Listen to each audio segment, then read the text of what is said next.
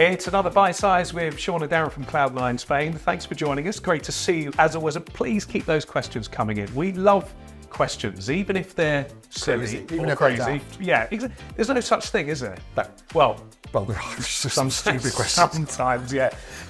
This one isn't a question that's come in, actually. Oh. It was actually, we were down in Sotogrande a few days ago. Okay. And there's always a thing. Marbella or Sotogrande, there's always that thing going on. And you've always had, on social media, on the internet, Mr.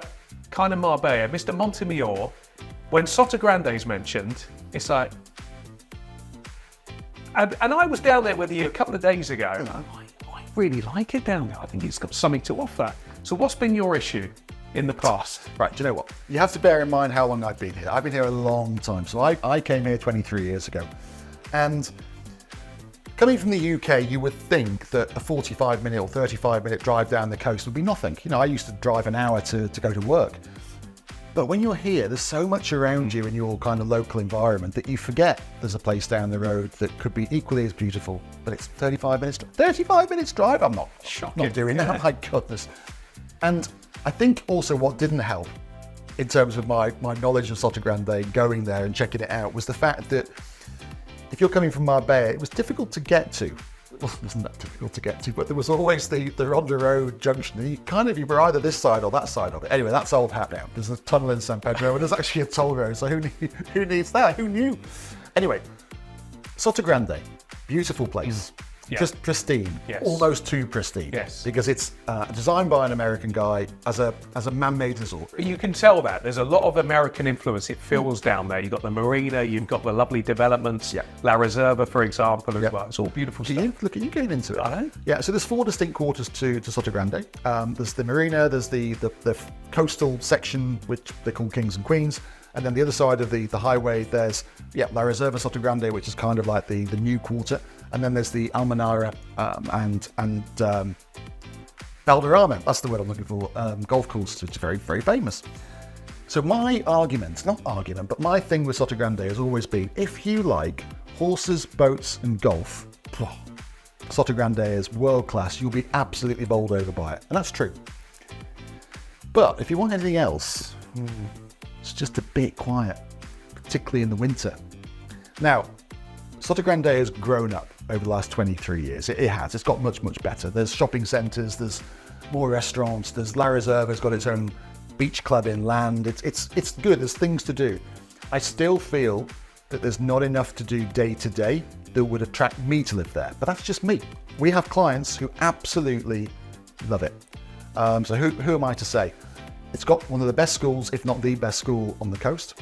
So we even have families who live in Marbella or even beyond to the east who, their kids will commute to go to school in Sotogrande, and a lot of clients and families will move into Sotogrande specifically to be next to the school. So that's my take on it. What about you? Well, interesting, because I've been down there 12 years and we never went down there. We just never went until La Reserva was built, which is obviously that nice beach club development, and then you got the surroundings as well. And I was really impressed with it down there. We went down to the marina. There's a few bars down there. You've got the K bar. You've got the K bar. The K bar. And you got is it the Hairy Lemon as well? And a few of those. They do a nice Sunday roast down there. Yeah. So yeah, I think it's got a lot down there. But I think it's very different to Marbella. It is. Marbella, Puerto Banús, San Pedro, all those areas which you can get anything done there. It's very cosmopolitan. There's things, everything is there. Whereas, like you say, Sotogrande, it does feel a little bit more quieter. But then that's an appeal as well. It's quite classy. It is classy. You don't get any riffraff down there. Good value for money as well compared. If you compare property prices, would you say you can get a little bit more? I mean, the problem we've got down there at the moment is a lack of stock. There's a lot of land, but this surge in interest has almost hit them by surprise, really. So they're having to try and build some more stock. But it is very classy, thinking about it. You don't get any of the chavs down there, do you? You don't get any of the riffraff from like hens and stags and stuff like that. They just don't go there. Well, they don't know it's there. That's why. That's probably why. No, do you know what?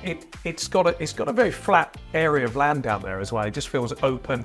A lot of American influence, and a lot of our American clients want to see it. Yeah. They don't all decide to base themselves there eventually, but they all want to see it. It's always Marbella and Sotogrande. We want to check out Sotogrande, but some of them love it. But some of them think, oh no, actually, I'm more of a Marbella. I actually prefer the beaches down that way as well. You know, the beaches have got, for me, a little bit more vastness. There's more space down there, but and also you need Gibraltar. Could you live there? That's a good question. I think you could. Possibly, yeah, possibly. But I'm very happy in Benevis. You know, so at the moment, no. But if there was an option in the future, I'd think, oh, why not? Let's have a look at the kids are older. Maybe you know, I don't need to go out nightlife all the time. Yeah. It's a very calming place. Like you said, whenever I go there, I feel I can breathe. Yeah, it just it's spacious. It is. It is. It's not as hectic as Marbella. Maybe I'm just not ready for it. I don't know. Yeah, that's a good point. Yes, but I like it. Whenever I go down there, I think, yeah, this is cool. This is a nice place. It's pristine in my view. Yeah, it's green. Yeah, it feels like you've got space down there. The beaches are great. Is it as much happening down there as the other part of the coast? No, I'd say definitely not. But it's what you want, isn't it? And a lot of the Sotogrande residents, they absolutely love Sotogrande. They're very protective of it. So yeah, it's a really interesting one, isn't it? And you know, we've got to know it probably over the last 10 years. And no, it's a great option. It's a great option for people who just want that extra level of space and to be able to breathe. So Marbella or Sotogrande, that's your choice. Have a little think about that. Where would you want to live? Drop maybe your comments down below and let us know, because it's always good to hear. Till the next time on Bite Size, from Sean and myself. Bye for now.